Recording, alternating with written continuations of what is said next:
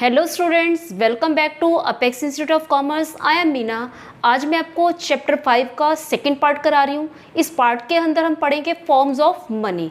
Topic is very important. Previous lecture में हमने barter system of exchange और money के बारे में पढ़ा था और आज हम उसी मनी की फॉर्म्स के बारे में पढ़ेंगे। तो चलिए अपना टॉपिक स्टार्ट करते हैं। Forms of money, two types of forms of money divide की गई हैं।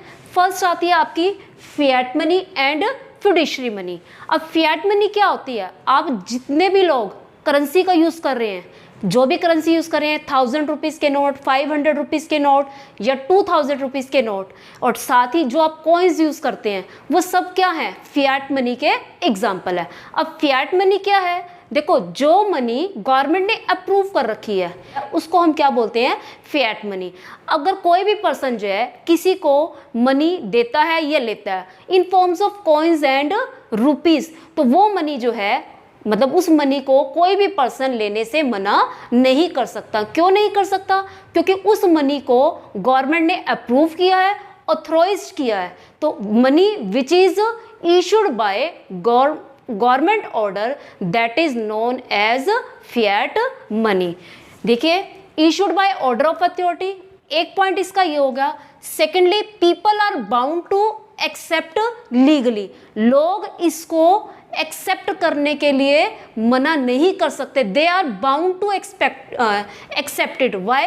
क्यों है वो बाउंड? क्योंकि ये गवर्नमेंट के ऑर्डर्स के द्वारा इशू की गई है, क्योंकि ये लीगली इशू की गई है गवर्नमेंट के द्वारा, इसलिए इसको हम बोलते हैं लीगल टेंडर मनी भी बोलते हैं। It is known as legal tender money. और इसके एग्जाम्पल क्या है आपके? Coins and rupees. सेकेंड आती है आपकी, फर्स्ट टाइप के अंदर दो मनी आती हैं आपकी, fiat and fiduciary. Second type है इसके अंदर, फर्स्ट पार्ट के अंदर फिड्यूशियरी मनी। फिड्यूशियरी मनी क्या है? फिड्यूशियरी मनी उस मनी को बोलते हैं कि जो गवर्नमेंट ने ऑर्डर नहीं की, यानी कि गवर्नमेंट के ऑर्डर द्वारा इशू नहीं होती है, लेकिन लोग जो है आपस में उसको एक्सेप्ट कर लेते हैं। सिर्फ किस लिए एक्सेप्ट कर लेते हैं? कि जिसने पैसे देने हैं और जिसने लेने हैं, उनका क्या है? उस मनी के ऊपर ट्रस्ट है। और ये मनी कौन सी होती है?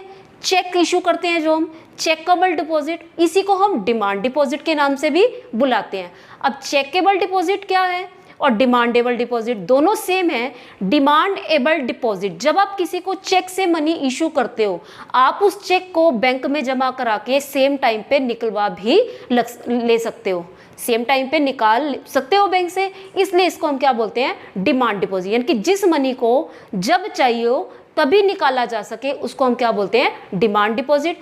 ये जो मनी ऐसी है कि जो गवर्नमेंट ने ऑथराइज नहीं किया, गवर्नमेंट के ऑर्डर से इशू नहीं हुई है, इसलिए इसको हम क्या बोलते हैं? Fiduciary money. Fiduciary means trust between payers and payees. Payer मतलब पे करने वाला और पेई मतलब जिसको पैसे मिलने हैं, उनका आपस में ट्रस्ट है, इसलिए वो इस मनी को इशू कर रहे हैं।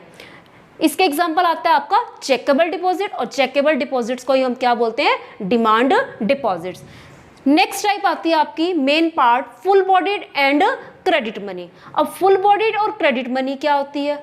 फुल बॉडीड मनी और क्रेडिट मनी को समझने से पहले आपको दो पॉइंट्स का पता होना जरूरी है, दो टर्म्स का, और वो टर्म्स हैं आपकी कमोडिटी वैल्यू और सेकंड है आपकी मनी वैल्यू। आपने देखा होगा 2000 रुपये के नोट के ऊपर लिखा होता है 2000, लिखा होता है 2000।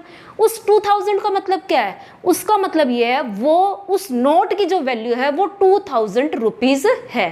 तो वो जो 2000 लिखा हुआ है वो उस रुपी के ऊपर लिखा हुआ है, वो उसकी मनी वैल्यू है।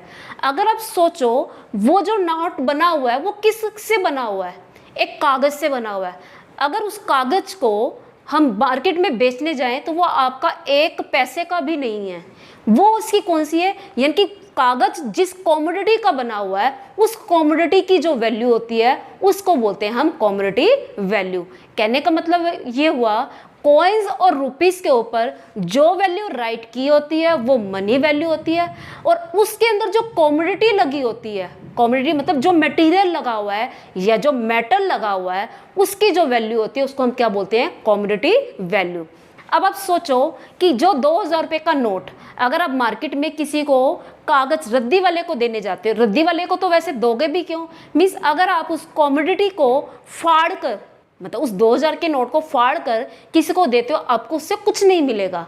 तो क्योंकि कॉमोडिटी की वैल्यू कुछ नहीं है, उस नोट की वैल्यू है। नोट की वैल्यू के ऊपर जो लिखा हुआ है वो आपकी मनी वैल्यू है, और जिस कॉमोडिटी का बना है वो उसकी कॉमोडिटी वैल्यू। ठीक इस तरह से आप कॉइन लो, कॉइन उसके अंदर जो एलॉय मेटल लगा हुआ है, जिस चीज़ का कॉइन बना हुआ है उसकी वैल्यू क्या है, कॉमोडिटी वैल्यू है। और कॉइन के ऊपर 5 रुपीज़ लिखा है या 10 लिखा है तो वो उसकी क्या है, मनी वैल्यू। तो full bodied money, full bodied money क्या होती है, जब कॉमोडिटी की वैल्यू और मनी वैल्यू दोनों इक्वल हो।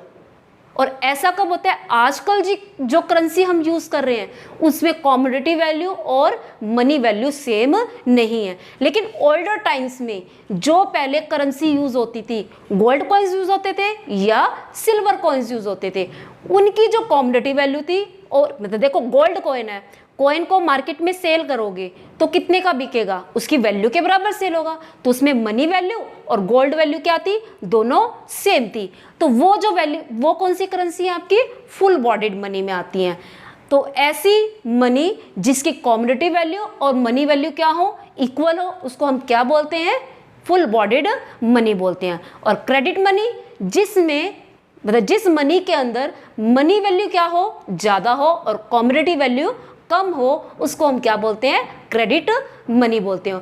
इट मीन्स जो मनी आज के टाइम में आप यूज कर रहे हो वो कौन सी मनी है, क्रेडिट मनी है। और जो ओल्डर टाइम में यूज हो रही थी वो कौन सी मनी है, फुल बॉडीड मनी है। कॉमोडिटी वैल्यू आजकल क्या है, कम है, और मनी वैल्यू ज्यादा है।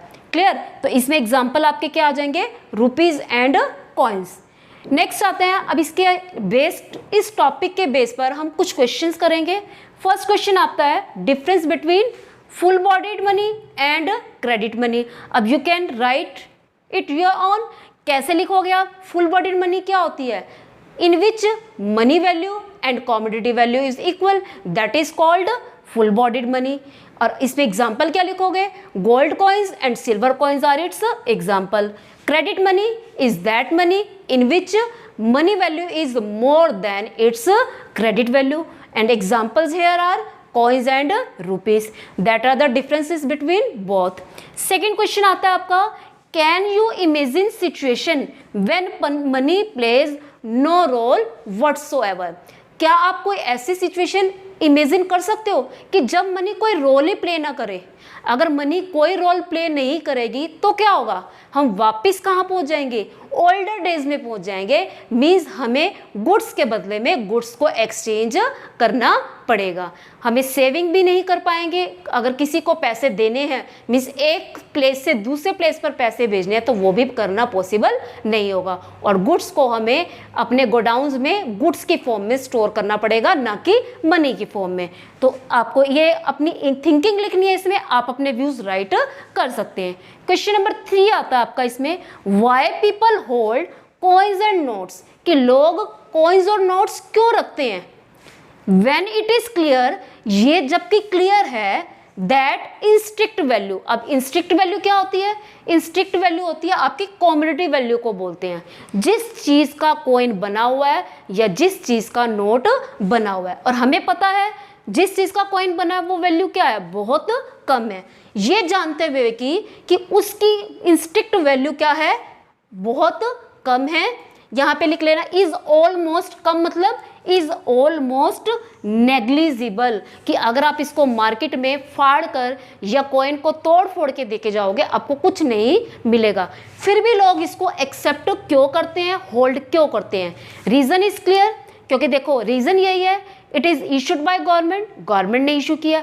अगर कोई पर्सन इस मनी को एक्सेप्ट करने के लिए मना करता है तो वो क्या है, क्योंकि गवर्नमेंट ने ऑर्डर किया, ये लीगल टेंडर मनी है और वो मना नहीं कर सकता। अगर मना करता है तो वो क्या होगा, अनलॉफुल होगा, उसकी एक्टिविटी क्या मानी जाएगी, इलीगल मानी जाएगी। तो आप इसमें यही रीजन बताओगे कि because it is issued by higher authority and it is unlawful to accept these coins and rupees. And third you can write here कि अगर कोई पर्सन इस मनी को एक्सेप्ट नहीं करता है क्योंकि ये गवर्नमेंट ने इशू की है, गवर्नमेंट इसको वापस ले लेगी अपनी इस करेंसी को, क्योंकि उसके द्वारा इशू की गई है। अब कोई भी पैसे हो आप बैंक में देकर आप दूसरी करेंसी को इसके बदले में चेंज करा सकते हो। तो these are the reason why people hold coins and rupees even when they know that it's a value of money is negligible. Value of money नहीं, value of commodity is negligible. These are the reason. तो आज आपका ये topic हुआ forms of money और उससे related आपके question भी हो गए। नेक्स्ट वीडियो में हम जल्दी ही मिलेंगे और टॉपिक करेंगे हम हु सप्लाइज मनी, या you can say who are the suppliers of money. आप तब तक के लिए इस टॉपिक को रिवाइज करें, वीडियो को शेयर करें। अगर वीडियो आपको अच्छी लगे तो लाइक करना ना भूलें। Thanks and have a nice day.